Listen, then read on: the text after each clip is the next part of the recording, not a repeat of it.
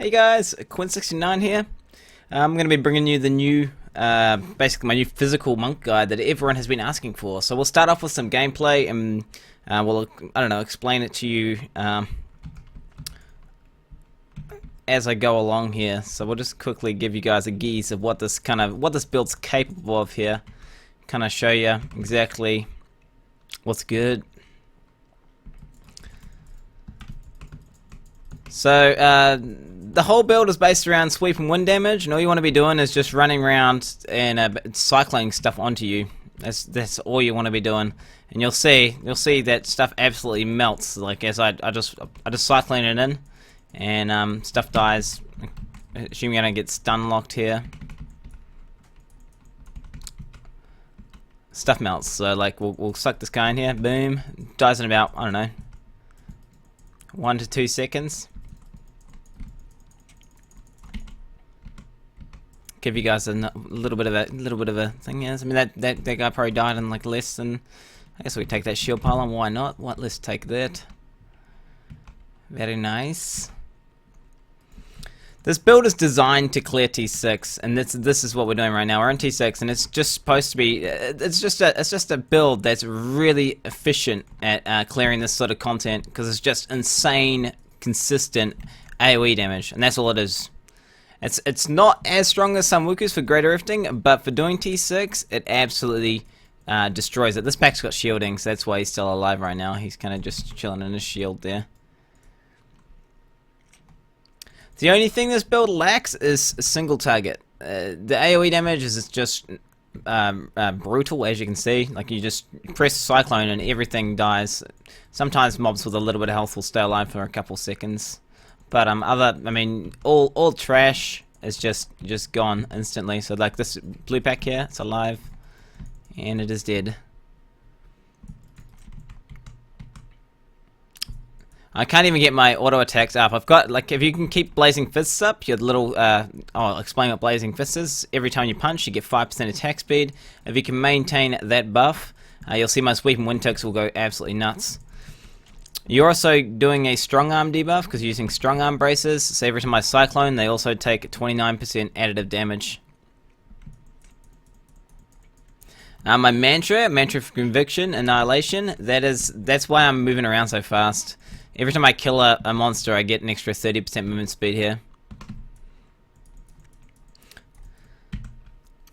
The rune on my sweeping wind is sweeping wind Bladestorm. It's the most powerful rune because of the scaling. You get full. Oh, so my sweeping wind's actually dropped right now. Let's get it back up here. So it's gonna have to stack up. So initially, when you're stacking sweeping wind up, there is like a bit of wind up with this build, and you can get it up to 6 stacks because of a weapon here, the special seasonal weapon, the Vengeful Wind. See how fast we can kill this pack here.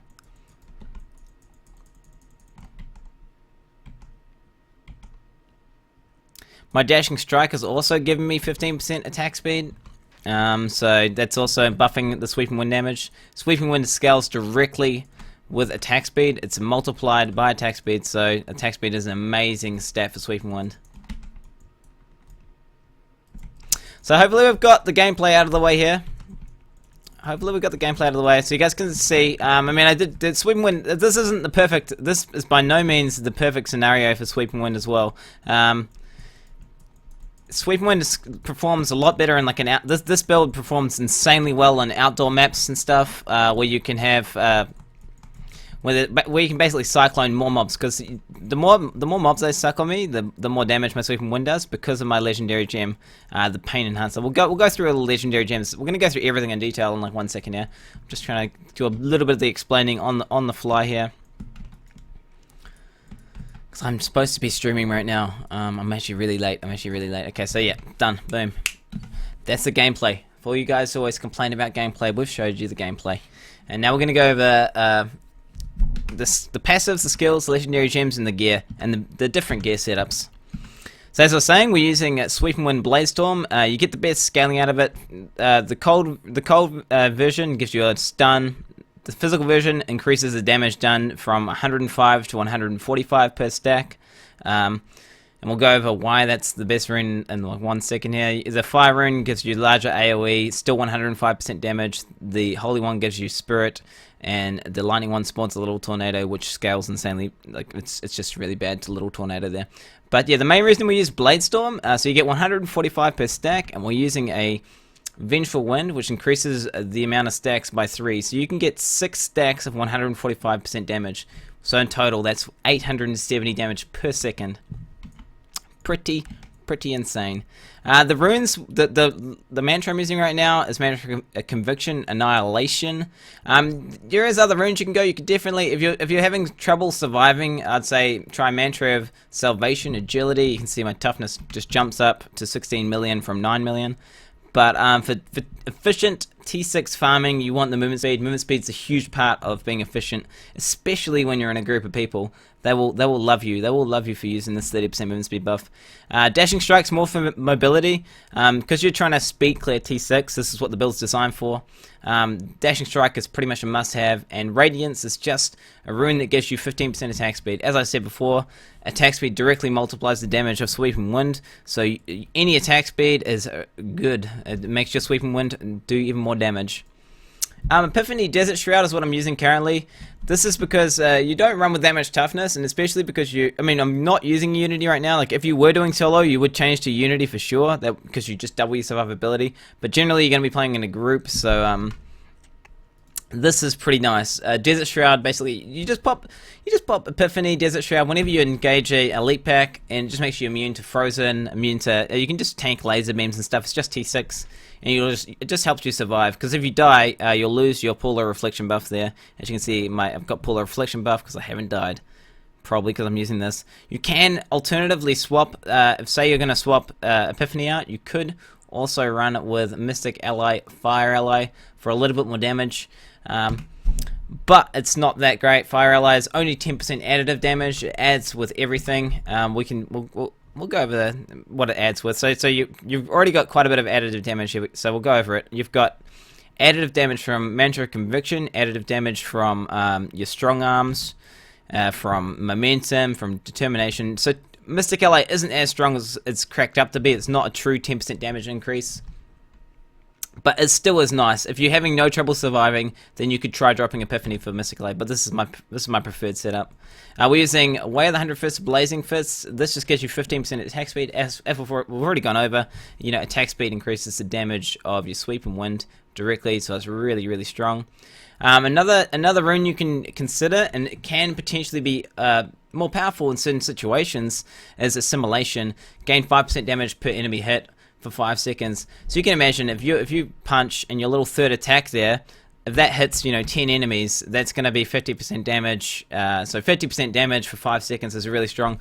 But you have to maintain. You have to constantly monitor that buff, because if you punch again when there's only one enemy, you'll overwrite your big 50% damage buff and you'll lose it. So it's kind of more micromanagement. And in T6, you're not always going to be guaranteed density. So this is going to give you a better overall damage output. There's another flavor you can go. You can also go Foresight. Increases your damage by 15% for 5 seconds. But that is also additive, and it adds with all these other abilities down here. That's additive with your Mantra. All the ones I just went over before all the ones I went over before. So it's not as good as the attack speed. So this is my favorite rune here. Blazing Fists. You should try it out. Cyclone Strike, Implosion. The main reason we use Cyclone Strike is to, increase the value of our Sweep and Wind. Obviously, when you suck everything onto you, you're going to get, when you pull it in, it's always going to be in range, or most of the time it's going to be in range of your Sweep and Wind, and everything will kind of just melt. And also, Cyclone Strike procs your Strong Arms, if you don't know that.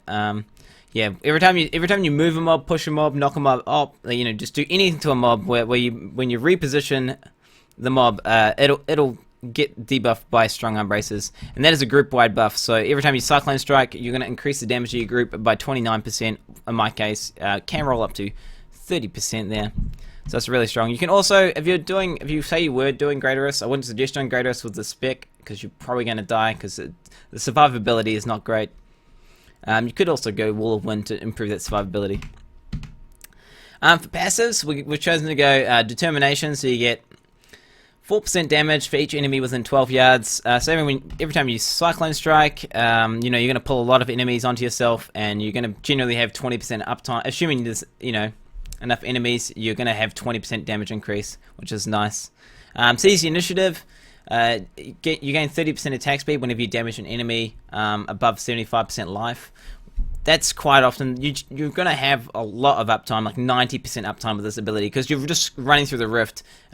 By the time it procs, the mob will already be dead, and you're going to initiate a new mob, which you're going to have. This is going to be up all the time. If you go back and look at the gameplay footage, you'll see that Seize the Initiative generally never drops down unless you're not fighting anything. Momentum, gain 20% damage for 5 seconds, I think it is, after 6 seconds after you move 25 yards. 25 yards is not very far. It's you know, you can see it procs all the time. It's got a lot of uptime. If you're just running through T6 and you know you're just destroying mobs in like 1 second, that thing will generally never drop as well. Unless maybe the only time it'll drop is in the Rift Guardian, and you can also be aware that you're fighting a Rift Guardian and kind of move around during the fight. And some Rift Guardians do move around, so this is gonna be up a lot of the time as well. And Harmony is purely there for the survivability. It's a really easy skill. You just put this bad boy on. Then you just make sure when you're gearing up, make sure you always gear up with secondary resist, so you get Harmony bonus. 40% of 40% of your single target resist. So like cold resist, lightning resist, physical resist, poison resist, all that. 40% of that goes to aura resist. So you can see I've got quite. I mean, that's not amazing, but you know, I haven't gemmed anything or resist. That is just from the talent alone.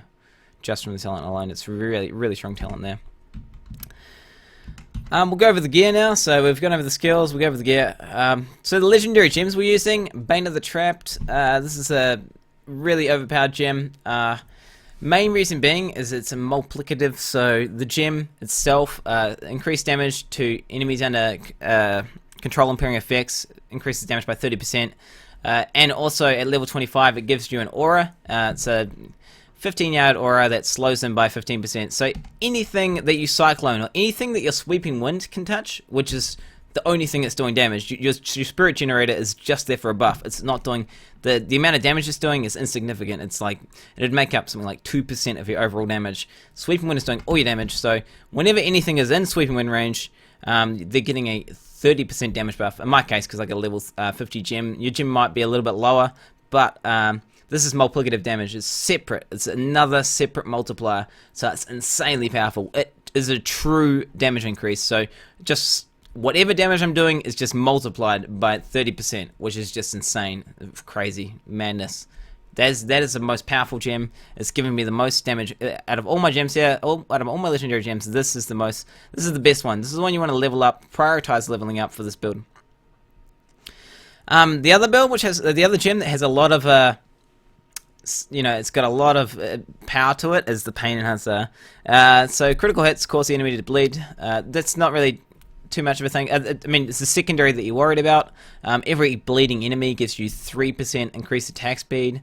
So every bleeding enemy within 20 yards. So you got a lot of crit. Generally, you're going to have over, you know, I've got 48% crit here. So when I Cyclone Strike and when my Sweeping Wind ticks, it's going to, most of the stuff around me is going to be bleeding. And you know, each bleeding enemy, so say you've got, you know, 10 enemies around you, they're all bleeding, that's 30% attack speed.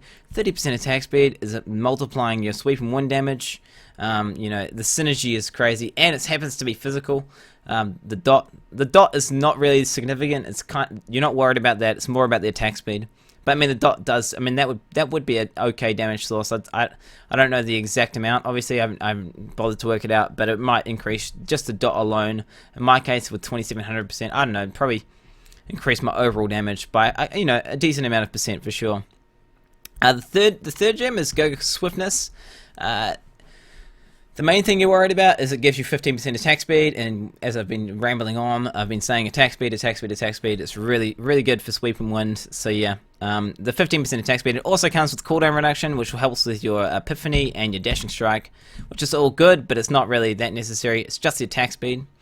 If you really wanted to min-max, and you really wanted the most powerful max, say you're doing Greater Rifts. If I was doing Greater Rifts, I would swap out my Go Gook and I'd use the Unity, obviously, if I was doing solo greater ifs, and I'd use the Taigook. I'd use the Taigook here, because that's going to be a greater damage increase overall, if you can maintain it. But for T6, there's going to be a lot of downtime when you're running back and forth between mobs, and it's going to be really hard to maintain the Taigook stacks in T6, simply because the mobs die so fast, so you don't really have a time to get your spirit up between each pack, you know. So that's why I'd recommend just using the Gogook Swiftness, or the Gogook of Swiftness, yeah, whatever the hell. I don't know. Everyone says I pronounce that wrong. I don't, man. Honest.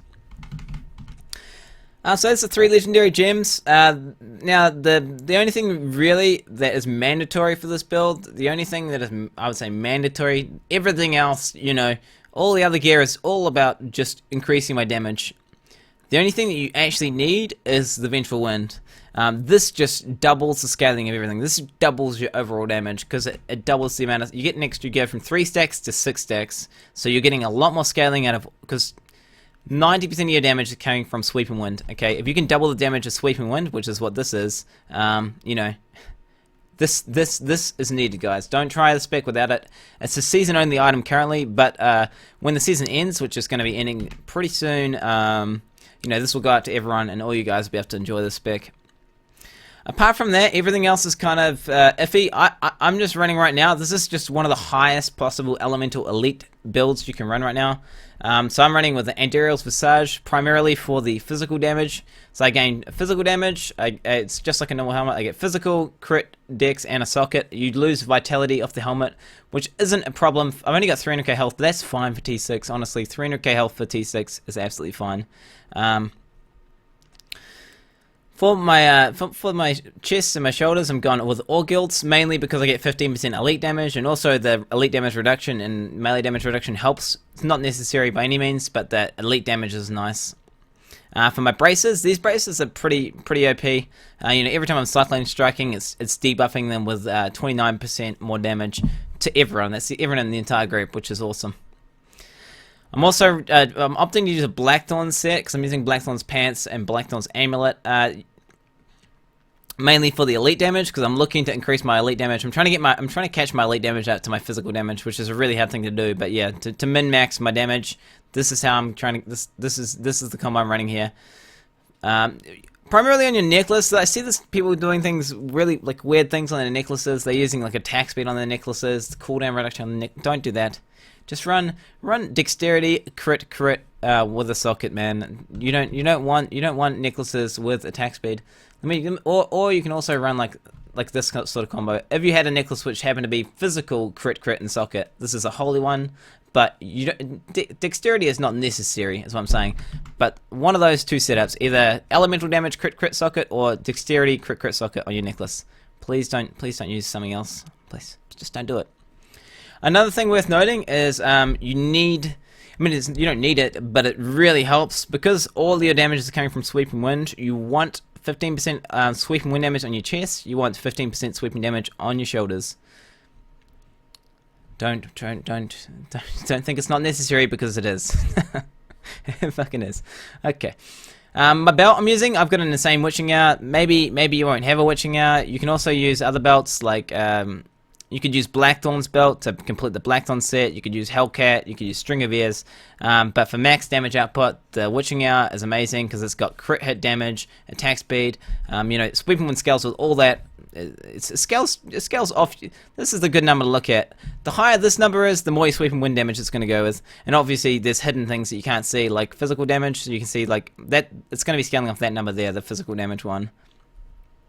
So yeah. You want to be increasing this number, so Witching Hour is insanely effective at doing that. So if you've got a Witching Hour, use it. Otherwise, you know, the other belts I mentioned are very good. I'm also opting to use Cane set, literally because there's no really great glove slot. I mean, I can show you my other gear setup I'm running. Sometimes I decide to run this setup here. It's completely different, but it's also a more defensive setup that's really nice, and it's just running the inner set. And if you're running the inner set, I suggest taking Annihilation off. You can leave it on there for sure, but you can just do this for even more min-maxing. That's another combo I like to run. But We'll show you this combo. I don't want to distract you guys too much with all the there's heaps of setups. And I am making I've got a spreadsheet calculator, so you guys can put all your stats in, and you guys can work out which is. I literally have a sweeping win calculator that I've designed. I spent like fucking more than 10 hours making it, so I hope you guys do get to use that, and you guys can make your own sets. The only item that's mandatory is this. Other than that, you guys go ham, try all the different setups. But yeah, I'm also this is the setup that I've been running. This gives me the most damage, and I'm running canes. On your gloves, you want just full damage. You want attack speed, crit damage, and crit chance with dexterity, obviously. And on your boots, it doesn't really matter as long as it's got dex of it. Anything's good. It's all good. It's all good. The best in slot weapons. Vengeful Wind mandatory. My personal favorite is Doombringer.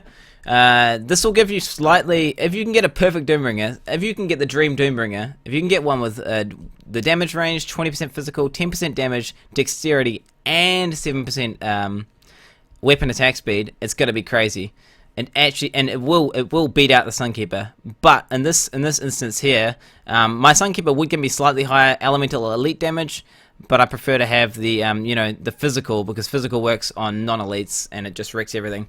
But in the ideal world, if you did get a perfect Doombringer will be best in slot, and it will take a dump on Sunkeeper just because it's got a there's no dead stats on it. They're all good stats. All the damage stats are amazing. So yeah, if you can get a good one, use a Doombringer. Otherwise, a Sunkeeper is a healthy replacement there. But other than that, I'm pretty sure I covered everything here. I don't want to ramble on too much. We don't want to talk about too much stuff. So we'll pretty sure that's all you guys really need to know about the build. Showed you the gameplay, showed you the skills, showed you the passives. So yeah, I hope you guys enjoy. Hope you guys enjoy this build. Remember to check me out on Twitch, boys. Twitch.tv/Quinn69. There's my stream, bros. That's my stream. Check me out there. But otherwise, if you have any questions, just leave them in the comments below. Peace out. I love you guys. I love you guys.